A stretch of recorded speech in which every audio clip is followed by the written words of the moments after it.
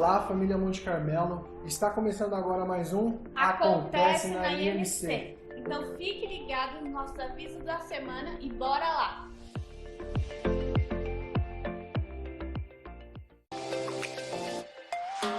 Esses últimos meses nós aprendemos muito sobre crescimento, não é mesmo? Agora, durante setembro, outubro e novembro será a temporada de pesca em nossa igreja. Porque disse Jesus: sigam-me, e eu os farei pescadores de homens. Estão preparados?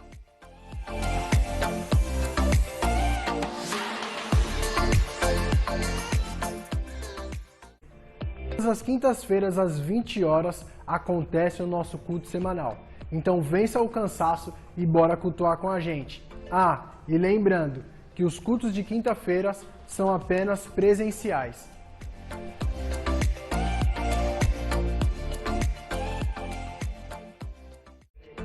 Se você ainda não segue a gente nas nossas redes sociais, você também pode seguir. É @MonteCarmeloSP. Você também pode gravar um vídeo ou tirar uma foto e marcar a gente no nosso Instagram.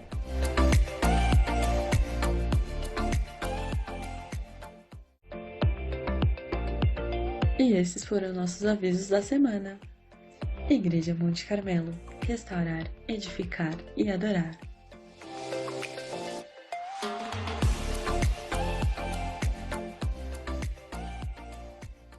Fique agora com uma palavra para o seu coração. Deus abençoe. Atos capítulo de número 9, eu quero ler os 22 versículos com vocês, passagem conhecida, mas eu creio que o Espírito Santo vai renová-la nos nossos corações. Diz assim as Escrituras do Senhor, no livro de Atos, capítulo de número 9, do primeiro versículo ao 22º. Saulo, respirando ainda ameaças e mortes contra os discípulos do Senhor, dirigiu-se ao sumo sacerdote. Pediu-lhe cartas para Damasco, para as sinagogas, a fim de que, se encontrasse alguma daquelas seitas, quer homem, quer mulheres, os conduzisse presos a Jerusalém. Indo no caminho, aconteceu que, chegando perto de Damasco, subitamente o cercou um resplendor de luz do céu. Caindo em terra, ouviu uma voz que lhe dizia: Saulo, Saulo, por que me persegues? E ele lhe disse: quem és, Senhor? E disse o Senhor: eu sou Jesus a quem tu me persegues. Duro é para ti recalcitar contra os aguilhões. E ele, tremendo e atônito, disse: Senhor, que queres que faça? Disse-lhe o Senhor: levanta-te e entra na cidade, e lá te será dito o que te convém fazer. Os varões que iam com ele pararam espantados, ouvindo a voz, mas não vendo ninguém.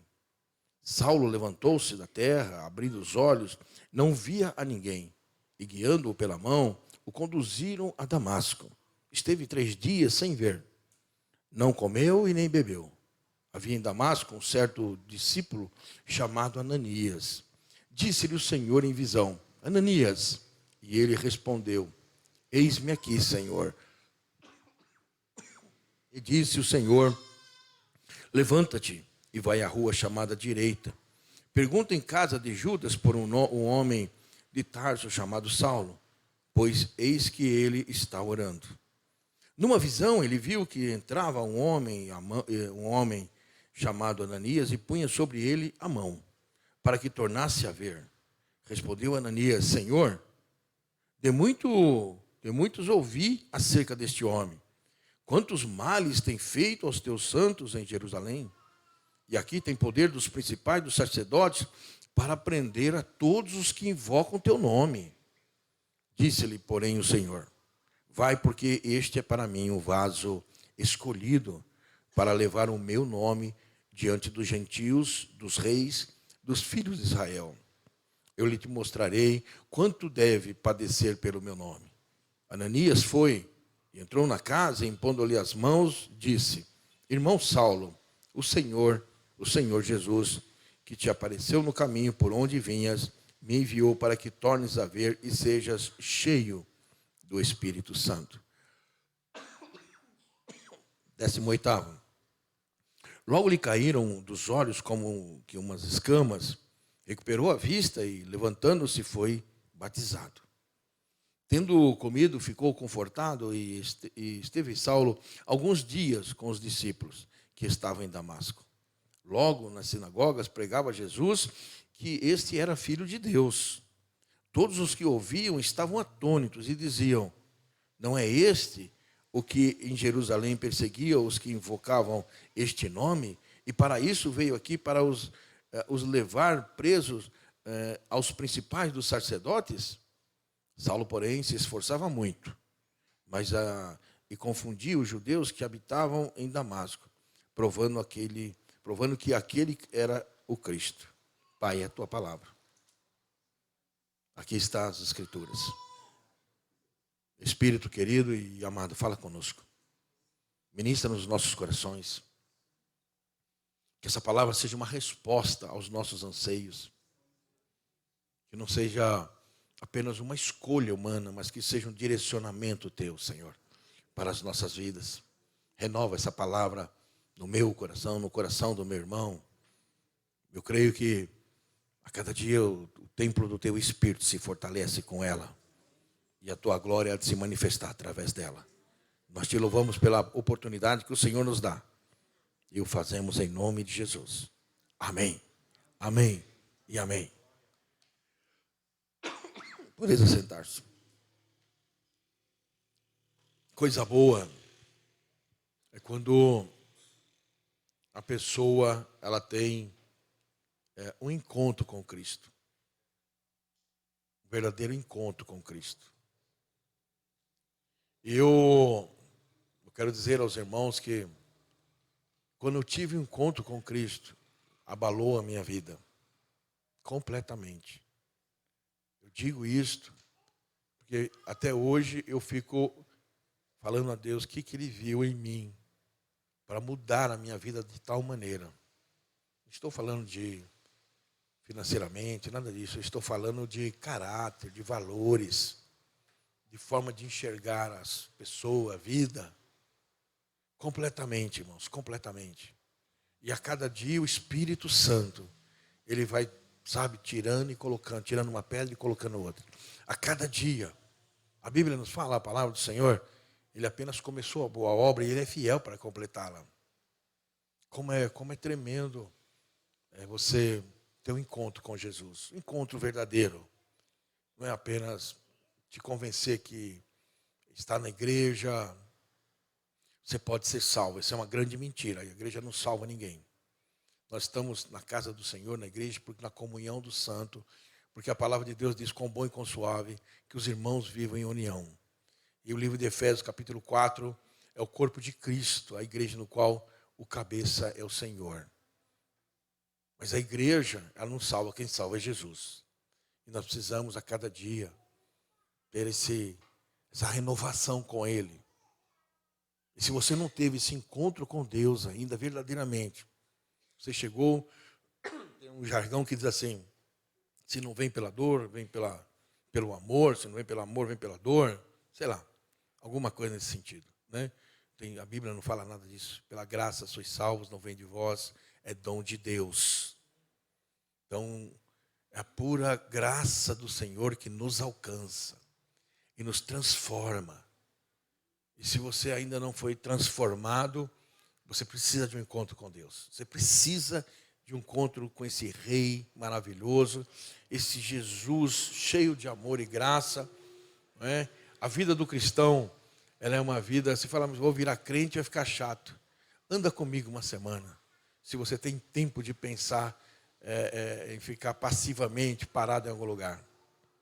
Certa vez eu conversava com um casal, falava assim, o que você acha que o pastor faz? Né? Você acha que o pastor ele vai no culto, prega uma palavra, recebe o dízimo, vai para casa dormir, espera até domingo, né? Aí domingo ele volta lá, prega outra palavra, recebe o dinheiro, né? E fica lá deitado em berço esplêndido, só isso. Fica uma semaninha só. Você vê como é que a nossa vida é uma vida, Deus coloca pessoas, Deus coloca famílias, Deus coloca situações, o telefone não para. E graças a Deus por isso. Porque a ferramenta ela foi feita para ser usada, senão ela enferruja. Viu? A ferramenta ela foi feita para ser usada. Porque se ela não for usada, ela fica cega.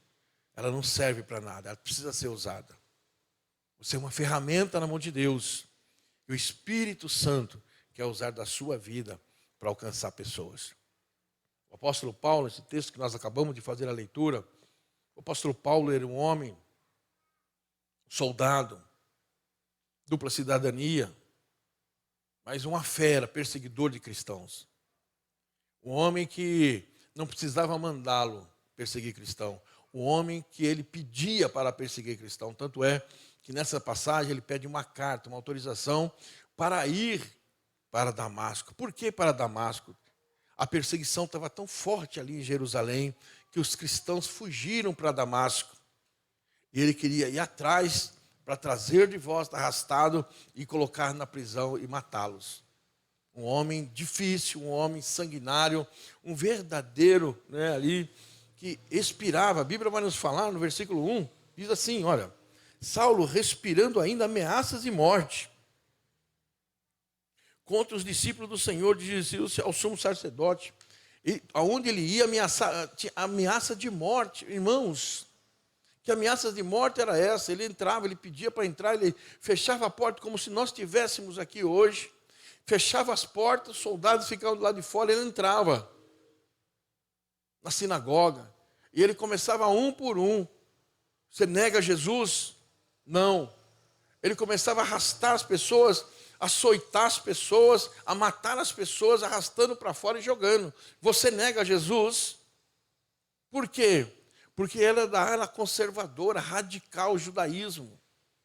Essa ala conservadora, ele pertencia a ela, esse judaísmo, ele pertencia a ela. Então, para ele, Jesus, como é que um Messias, no qual os judeus estavam esperando, no que os salmos cantavam, os hinos cantavam a respeito ao Messias, como esse Messias, como Salvador, como Filho do Deus vivo, poderia ser morto na cruz do Calvário, ser maldito, porque a Bíblia vai nos relatar, no contexto histórico, que todo aquele que padecesse na cruz era a pior morte, ele era maldito.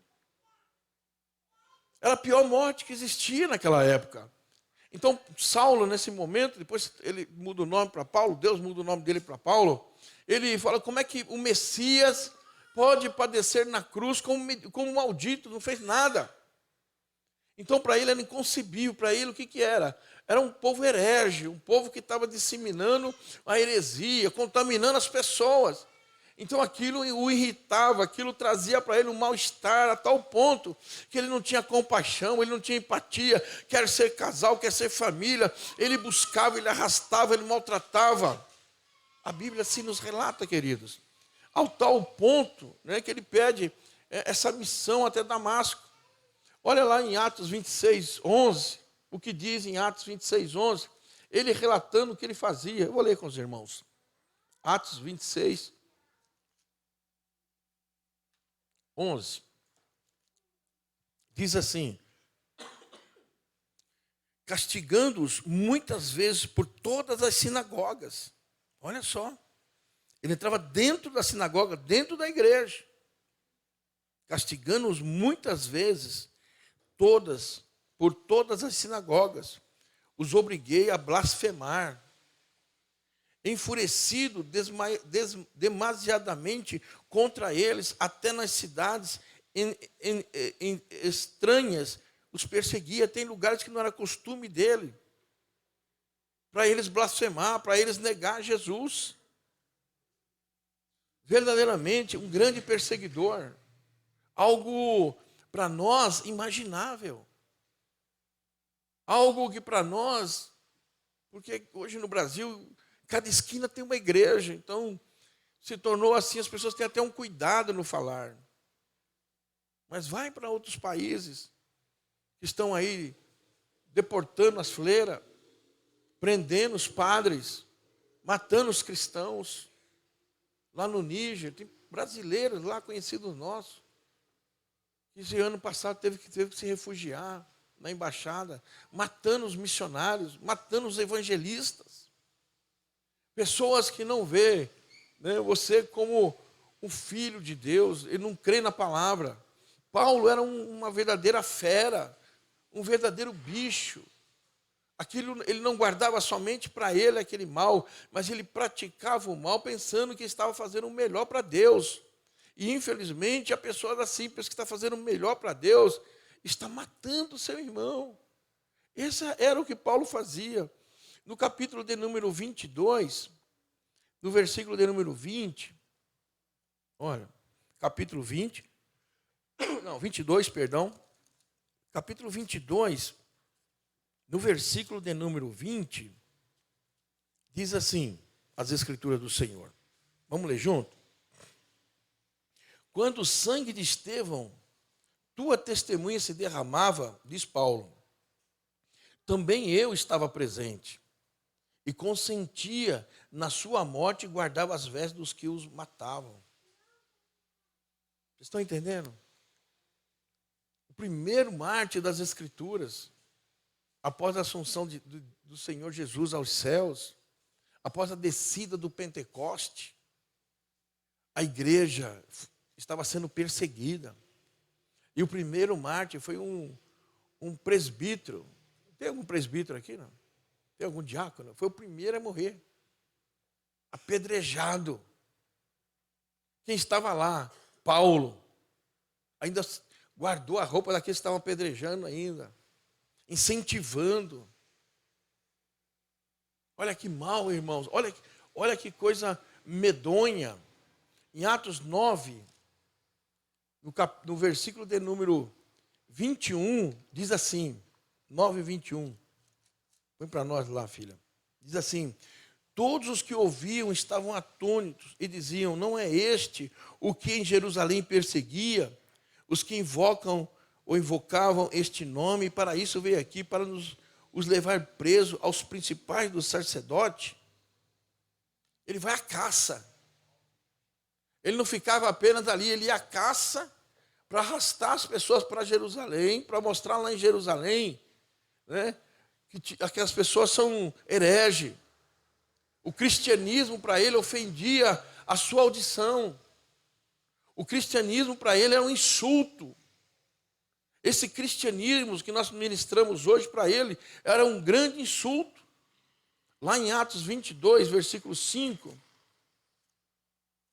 diz assim, relato do Paulo, do apóstolo Paulo, ele relatando, diz assim, como também o sumo sacerdote me é testemunha e todo o conselho dos anciãos, recebendo essas cartas para os irmãos, fui a Damasco para trazer manietados para Jerusalém, aqueles que ali estivessem, a fim de que fossem castigados. Ele vai buscar a carta, vai pegar a autorização. Irmãos, esse homem de dura cerviz, esse homem de coração enganoso, esse homem de coração duro, eu pergunto para os irmãos, ele tem salvação?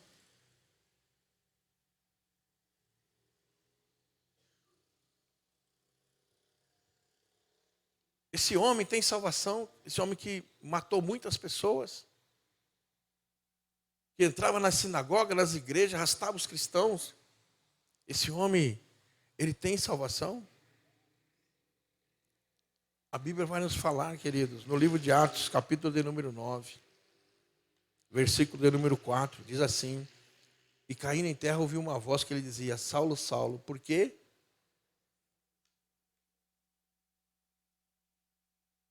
Olha o que aconteceu na mente desse homem. Quem que estava perseguindo? O João, a Maria, o Pedro, o Antônio, que estavam pregando a palavra, que estavam ouvindo a palavra, que estavam sendo batizados, que estavam falando em língua estranha. Ele falou, como eu posso perseguir alguém do céu? Mas aquele que faz mal aos pequeninos está fazendo mal a Deus. Ele diz, por que me persegues? Quando nós perseguimos um daqueles escolhidos do Senhor, nós estamos perseguindo a Jesus. Este homem, ele tem salvação? Com esse coração duro, com esse coração mau. Para nós, muitas vezes, fala assim, pastor, isso aí não tem mais jeito. Como é que uma pessoa que mata a outra vai ter salvação? Como é que uma pessoa que arrasta a pessoa que está dentro da casa do Senhor, ouvindo a palavra, fazendo mal a ninguém, arrasta para fora para castigar, tira de uma cidade que fugiu para trazer de volta para Jerusalém. Como é que uma pessoa dessa pode ser salva? Como que pode?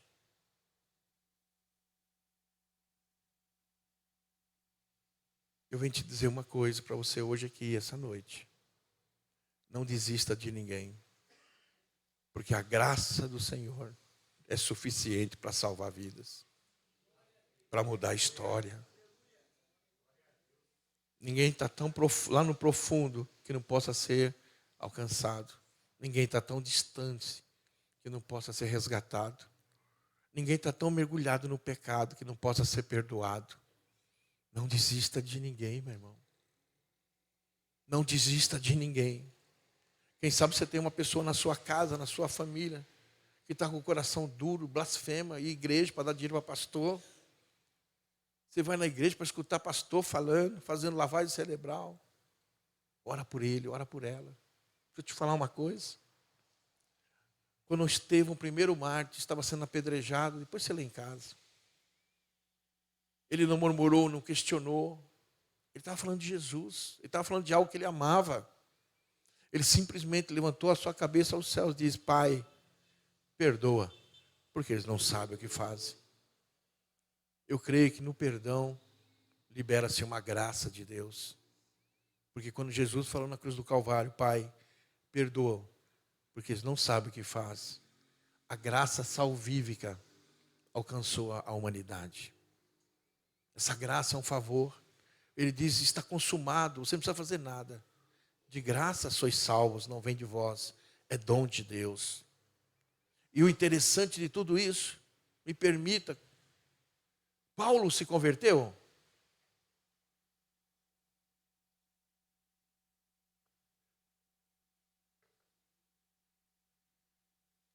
Paulo, ele foi convertido.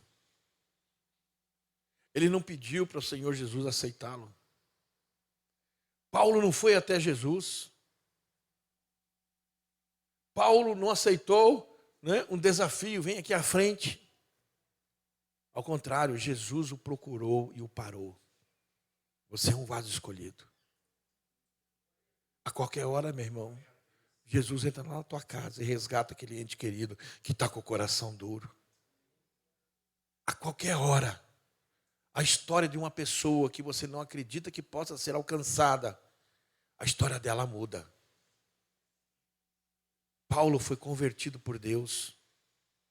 O Senhor, a Bíblia nos fala que ele estava na estrada de Damasco e veio uma luz do céu. E ele vai e cai por terra. Deixa eu te falar algo muito forte, é muito forte que eu vou falar agora. Se Deus quiser salvar uma pessoa, Ele a derruba do altar que ela está e põe no chão. Mas essa vida não vai se perder. Se Deus quer salvar uma pessoa, Ele trata com a pessoa como Ele tratou com Jacó, até tocar na coxa e fazê-lo ficar manco. Mas é vaso escolhido, ninguém pode impedir. Ninguém pode impedir a graça do Senhor. Ninguém pode. Eu quero falar uma palavra no teu coração. Não queira resistir à graça de Deus na sua vida. Se você está aqui é porque tem um propósito na sua vida, na sua casa. Deus está chamando de mudança. Mudança de história, mudança de comportamento, mudança de valores.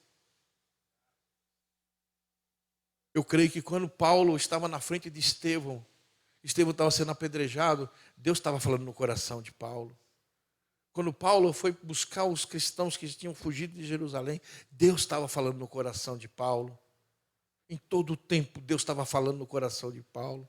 Porque a Bíblia diz que ele tem boca e ele fala. Ele tem olhos e nada está oculto diante dos teus olhos. Ele tem mão e as suas mãos não estão encolhidas para que não possa abençoar. Por todo o tempo, Deus estava falando que o nosso Deus é vivo.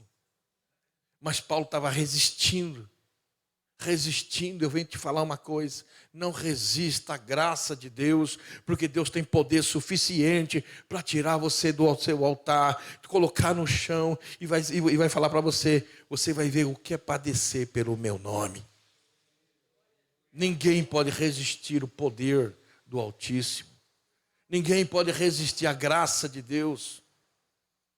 Deus, ele desce do teu sublime trono e vai de encontro ao vaso escolhido. Imagina Quantos sonhos no coração de Paulo? Eu vou trazer 6, vou trazer 10, acorrentado, amarrado, vai num propósito, e de repente a história dele muda, porque Deus, Ele é perito em mudar a história. Ele chega até a metade com aquele pensamento de perseguição, de morte, de destruição, de heresia, de valores invertidos, mas quando chega na metade do caminho, Deus ali o para. Eu venho para te dizer, até aqui você andou nas suas forças, mas eu venho profetizar que Deus vai te parar, para a graça dele se manifestar na tua vida. Aleluia, aleluia. Veio uma cegueira em Paulo. E Deus fala, você vai lá para a rua, vai para Damasco, na rua direita. Aleluia. E ele avisa um servo, Ananias, um discípulo que morava lá em Damasco. Ananias, você vai lá na rua direita, lá tem um homem orando. Irmãos, eu quero ler esse versículo com vocês.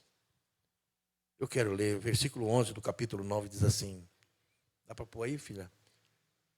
Capítulo 9, versículo 11. E disse o Senhor, levanta-te e vai à rua chamada direita e pergunta em casa de Judas por um homem de Tarso chamado Saulo, pois eis que ele está orando. Quando nós temos um encontro com Cristo, existe uma marca. Ele não está com medo, não está encolhido, não está esperando ser curado. Ananias, vai lá. Quando você vê um homem com o joelho no chão, falando sozinho, esse é o vaso. Esse é o vaso. Quando a gente tem encontro com Cristo, a marca do cristão é a oração. Porque se você não fala com Deus, você vai falar com quem, irmão? Se você não falar com aquele que tudo pode, nenhum dos seus planos serão frustrados, com quem que você vai falar? Com quem que você vai falar, irmão? Ele tem um encontro com Cristo. Os versículos anteriores dizem que ele ficou 3 dias sem se alimentar. Irmão, igreja, não está na hora do jejum? Não está na hora do jejum? Mas a grande senha que Deus deu para Ananias é assim: tem alguém orando, e esse alguém, você vai tocar nele. Você vai pôr a mão nele. Aleluia. E a Bíblia vai nos falar que Ananias entra na casa e diz, irmão Saulo. Coisa maravilhosa. O que ele está falando? Inserindo ele na família de Deus. E a Bíblia diz que ele coloca a mão ali em Saulo. E eu quero ler esse versículo com vocês. Diz assim. Entrou na casa, lá no versículo 17. E Ananias foi e entrou na casa, impondo-lhe as mãos e disse, irmão Saulo, o Senhor Jesus que te apareceu no caminho por onde vinhas, me enviou para que tornes a ver e seja cheio do Espírito Santo. O que ele quer dizer isso? Cheio do Espírito Santo. Porque só o Espírito Santo que nos capacita a fazer a oração. Só o Espírito Santo que nos capacita a fazer o jejum. Mas agora, o transbordar do Espírito Santo. Agora é o preencher com o Espírito Santo. Aqui não estamos falando de batismo. Aqui nós estamos falando de dons espirituais, de capacitação. Aqui nós estamos falando do dobro da graça de Deus sendo colocada na vida dele. Aqui nós estamos falando da capacitação para ele começar um ministério. Porque o Espírito Santo já entrou na vida dele quando o Senhor Jesus estava falando com ele. E ele falou, Senhor, o que queres que eu faça? O que queres que eu faça? Eu vou ler esse versículo. A palavra de Deus é muito tremenda. Primeiro ele diz assim, lá no versículo 5, quem és, Senhor? Há um temor no coração. Há um temor no coração. O que queres que eu faça? Presta atenção.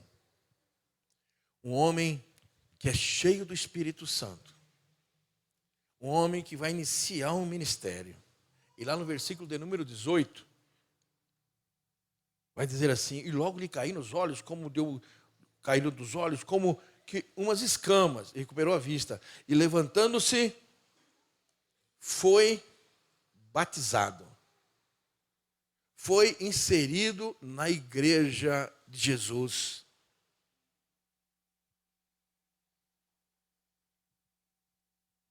Quando nós aceitamos o Senhor Jesus, ou quando Ele nos para, ou como de alguma forma o Espírito Santo toca no nosso coração, e nós mudamos, porque Ele é misericordioso, Ele tira, troca valores, transforma o nosso interior, e o nosso exterior vai refletir o que está no interior.